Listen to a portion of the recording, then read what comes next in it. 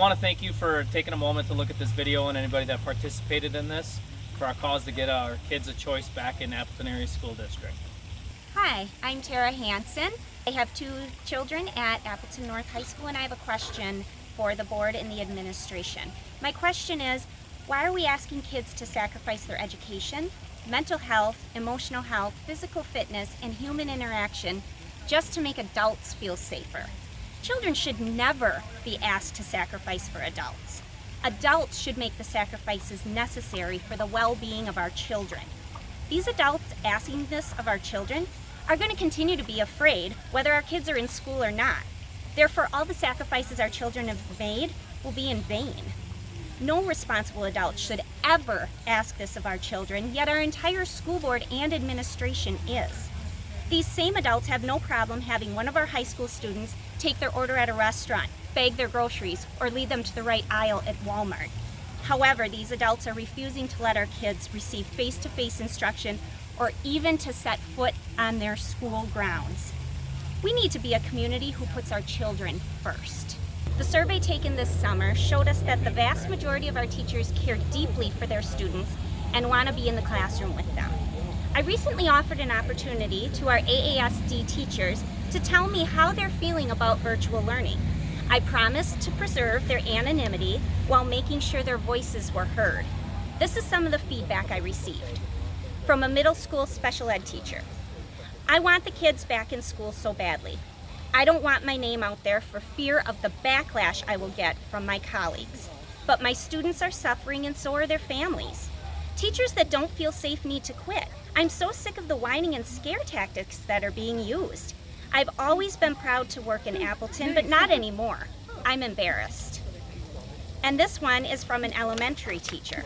We as teachers have heard nothing. There is no district communication, no awareness of if they're meeting to get us back. We've heard nothing. Not even a positive email thanking us for the millions of hours put into online learning. Yet Y-Care is operating with kids, with less restrictions than the district came up with. And AASD employees are working it.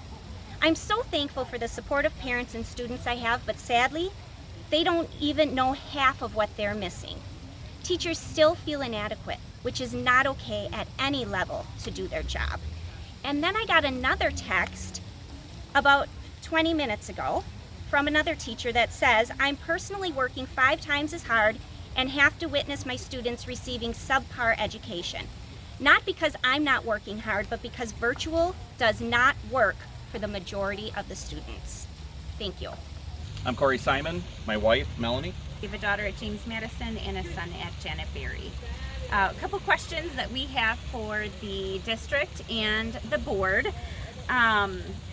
First question is, we really want to know why the board is not providing a regular opportunity for the public to provide input and feedback on how virtual learning is going and what challenges or successes that they're getting.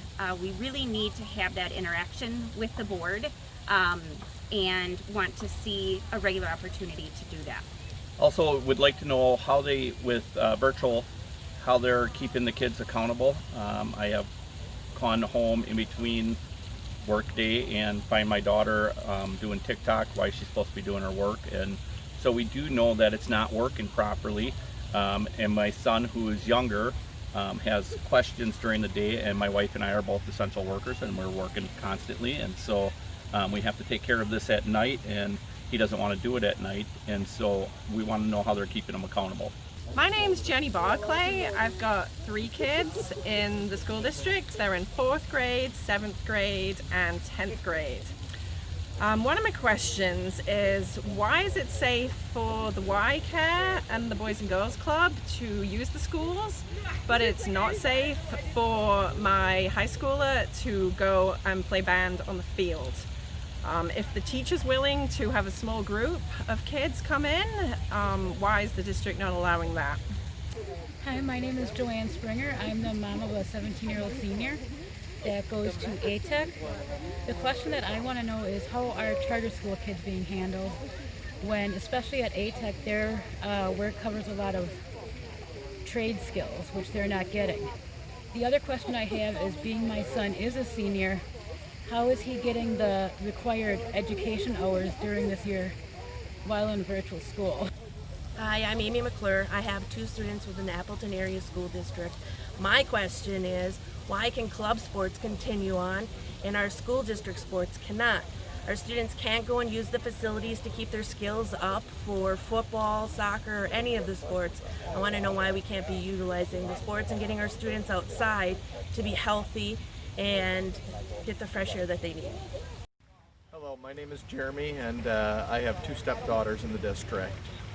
My question is, why is it that our education system isn't considered essential? Our children are able to go to local businesses, they're able to play club sports, you know, and do everything along that line, but they can't play, you know, their school sports, and they're not able to go into their schools but there's still the Y program that's going on there with teachers just down the hall in an empty room. It's disheartening. Appleton should be the leader of the school districts in the area, but we're the only one that's shut down. You know, you've got Menasha, you've got Nina, Kimberly, everyone is running except for us. And I'm just concerned that's setting a bad precedent. They're able to do it successfully. We should be doing the same thing. I'm watching my stepdaughter's mental health deteriorate every day. Our youngest, who just has a great attitude, loves school, she was in tears. We need to get back to school. We need to start looking at this as an essential business. And we can't lose a generation because we were too cowardly to stand up and say, we can do this. Thank you.